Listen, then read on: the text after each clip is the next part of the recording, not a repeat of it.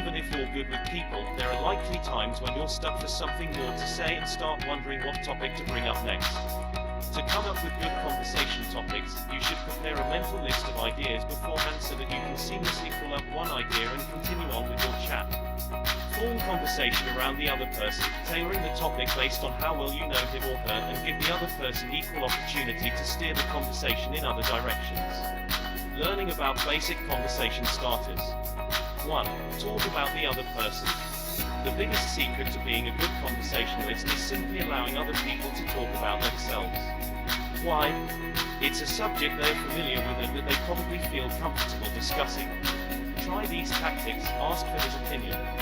You can tie it to what's currently happening in the room, current events, or whatever else you may want to discuss. Delve into life story topics. Ask where your conversation partner is from, how he grew up, and so on. 2. Have a few different starters for people you know to different degrees. The kinds of questions you will ask someone depend on how well or whether you know him. Here are some openers for 2 other types of people you'll converse with. People you know well, asking how he is, whether anything interesting has happened this past week, how his project or study is coming along, how his children are, and whether he's seen any good TV shows or movies lately. 3. Remember what to avoid.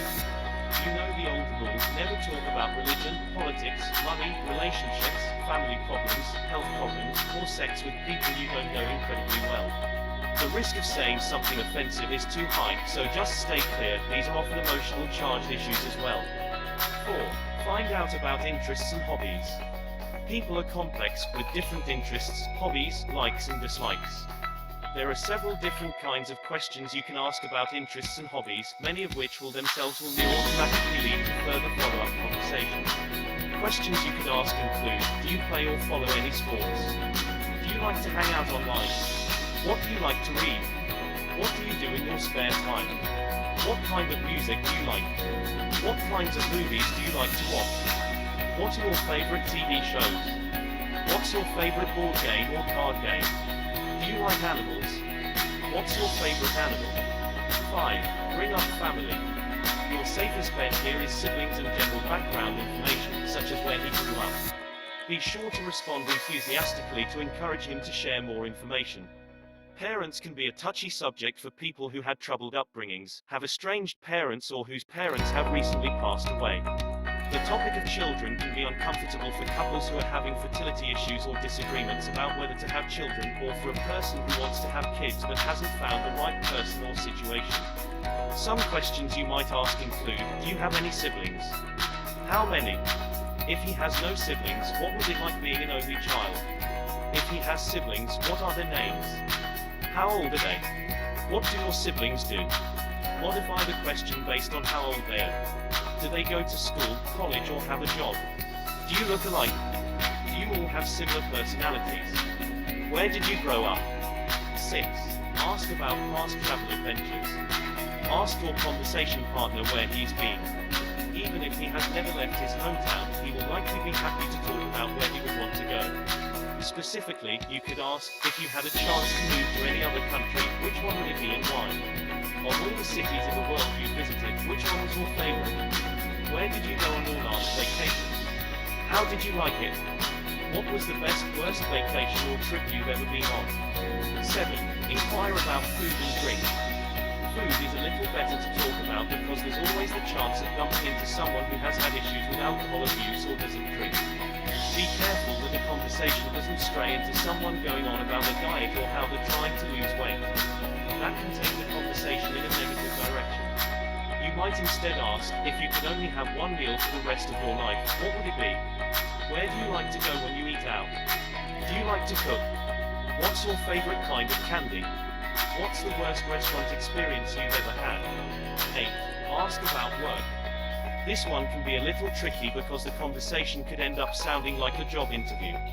Still, if you can handle it carefully and keep it short and sweet, it can lead to an interesting discussion. And don't forget that the person may be studying, retired, or between jobs. Here are some suggested starters. What do you do for a living? Where do you work or study? What was your first job ever? Who was your favorite boss in the past? When you were a kid, what did you want to be when you grew up? What do you like best about your job? If money was no object, but you still had to work, what would be your dream job? 9. Find out why you were both in the same place. If you've never met him before, there are plenty of unknowns to explore just surrounding why you're both at the same event. Ask such questions as, so, how do you know the host? How did you get involved in this event? Or, when relevant, in fundraising? In triathlons? How do you find the time to be involved in events like this? 10. Offer a genuine compliment. Try to make it a compliment that involves something he did rather than something he is. This will allow you to carry the conversation forward by asking him about that skill. If you tell your conversation partner that he has beautiful eyes, he will thank you and the conversation will likely end there. Be sure to remain enthusiastic when you give a compliment so that you come across as sincere. Here are some good lines to use. I loved your piano performance. How long have you been playing for? You seemed really confident during your speech. How did you learn to put together such great presentations? Your run was absolutely amazing. How often do you train each week? Extending the conversation. 1. Keep it light. You can't expect miracles to take place in the initial interactions with someone. All you can hope for is an initial rapport to be created. Your best chance at this is to stick to topics that are interesting and entertaining to talk about. It can help to interject some light humor into the conversation as well. Avoid talking about problems in your life or other negative situations. If you've experienced people's eyes glazing over when such topics are raised, it's simply because few people expect to have to deal with heavy situations or problems in a casual conversational context. Most people are looking for polite, interesting, and light-hearted topics to discuss, and a negative insertion can really put a blight on the moment, bringing to a halt any further conversation. 2. Allow for silence. Silence doesn't have to be awkward. It allows you to gather an opinion on the other person or to think up conversation topics you would enjoy. It gives both of you a breather and a moment of refined pause. Silence can become awkward, however, if you get nervous or try to cover up the silence because you're worried about it. 3. Share common interests. If you find that you both like running, for example, spend more time talking about this shared interest. However, do be aware that you will eventually have to move on from the topic at a certain point. A 45-minute conversation about running will be awkward for most people. Discuss others who share your interest and their achievements. For example, you might both know the marathon winner from last season and one of you might be able to expand on what this person has been up to since winning. Talk about new gear, new equipment, new insights, new tactics, etc. to do with your shared interests.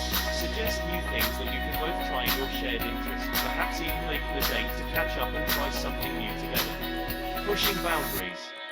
1. Spark a new direction with hypotheticals. This may feel foreign at first, but give it a go and see just how the conversation opens up dramatically. Here are some thought-provoking questions to inspire more conversation. Given all you have accomplished so far, what do you think has been the most important to you, beneficial to your community? If you could be rich, famous, or influential, which would you choose and why? Is this the best time of your life? If you could only own 10 things, what would they be? If you had to choose only 5 foods and 2 drinks for the rest of your life, what would they be? Do you believe people make happiness or stumble across it? What would you do if you could wear an invisibility cloak? Do you believe in free will? What sort of animal do you think you would be if someone could change you into one? Who is your favorite superhero and why?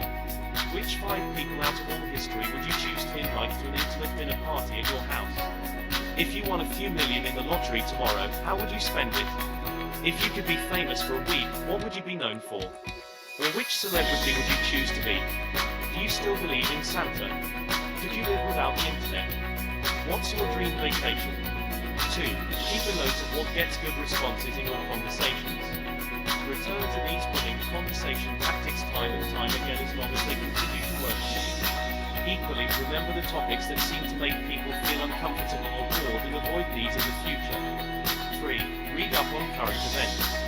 Dig around into what's going on in the world and try asking your conversation partner his thoughts about the latest big incident in the news. Remember though, in most places it is best to avoid politics. Keep in mind funny news stories that could get you a laugh, as well as remind your conversation partner of funny news stories he has read recently. 4. Practice conciseness.